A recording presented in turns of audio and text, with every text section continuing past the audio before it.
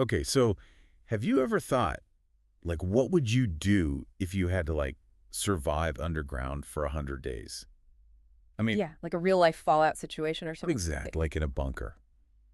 Could you handle it? It's a question a lot of people probably don't want to think about, but it's definitely fascinating. Totally. And that's what we're going to deep dive into today. Like, what happens when you take that fear and turn it into a challenge? Yeah, a challenge with a massive prize at the end of it. Exactly. We're talking about Mr. Beast's 100-day nuclear bunker challenge Where he challenged two people to survive for 100 days in an actual bunker. with a $500,000 prize. Yeah, $500,000 split between whoever makes it. Talk about motivation. Right. But today we're not just looking at like the survival aspect. No way. There's so much more to it than that. We're diving deep into the psychology, the strategies, and the human dynamics. Because let's face it, being stuck underground with someone for that long is bound to get interesting. To say the least. Right. So first, let's set the stage. Where exactly were they living for these 100 days? Well, this wasn't just some hole in the ground. This was a specially designed survival bunker. So, like, legit meant for long-term underground living. Oh, yeah. Like, if things really hit the fan, this bunker was ready. Wow. So what was it like inside?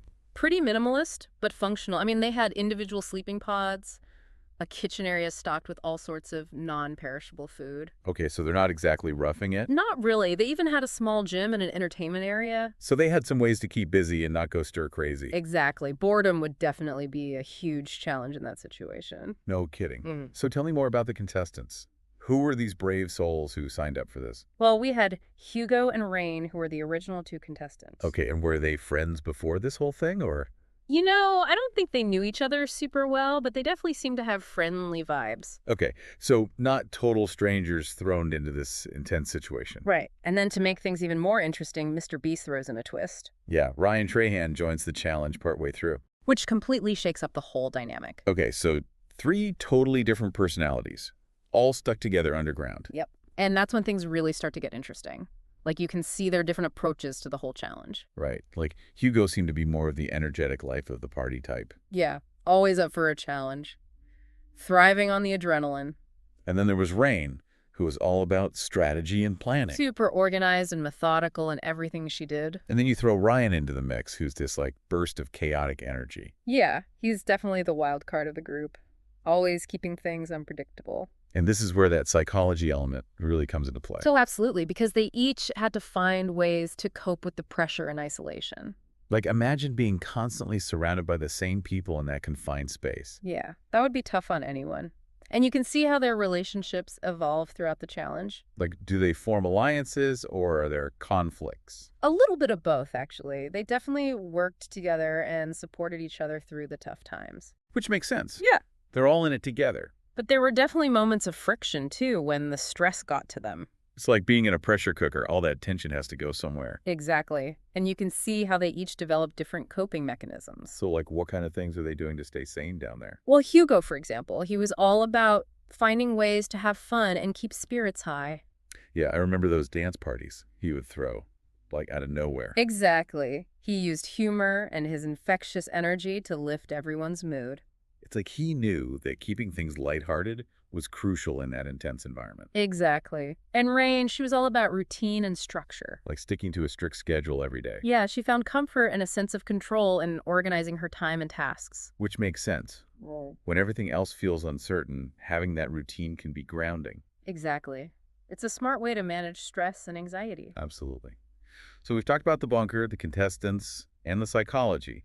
Now, the big question, did they actually make it Can they survive the full 100 days? and claim that prize money? Drumroll, please. They did. All 3 of them made it to the very end. Wow, that's incredible. Talk about resilience. Seriously.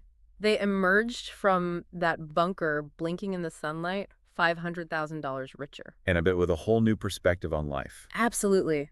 They faced their fears, pushed their limits, and came out stronger. So after this deep dive, what's the big takeaway? Why do we find these challenges so captivating? Well, I think it speaks to something deep within us. Like, we're all fascinated by the idea of testing our own limits. Yeah, like that what if scenario plays out in our minds. Right. And seeing how other people handle these extreme situations, it gives us a glimpse into human resilience and adaptability. And maybe it makes us question our own capabilities. Like, could we handle that kind of pressure? Exactly. So after hearing all this, the question I have for you is, could you survive 100 days in a bunker? And what would your biggest challenge be? I know I'd miss fresh air way too much. That's a good one. Hmm. For me, I think it would be the lack of personal space, like being constantly surrounded by people. Yeah, I can see that being a major struggle. But hey, maybe that's what the dance parties are for. To blow off some steam and keep things fun. Exactly. Because at the end of the day, even in a bunker, we need those moments of joy and connection. Absolutely. That's what makes us human. Couldn't have said it better myself. Thanks. All right, folks, that's our deep dive into Mr. Beast's 100-day nuclear bunker challenge. Thanks for joining us. We'll catch you next time for another deep dive into something equally mind-blowing. Until then, stay curious. And don't get stuck in a bunker. Good advice.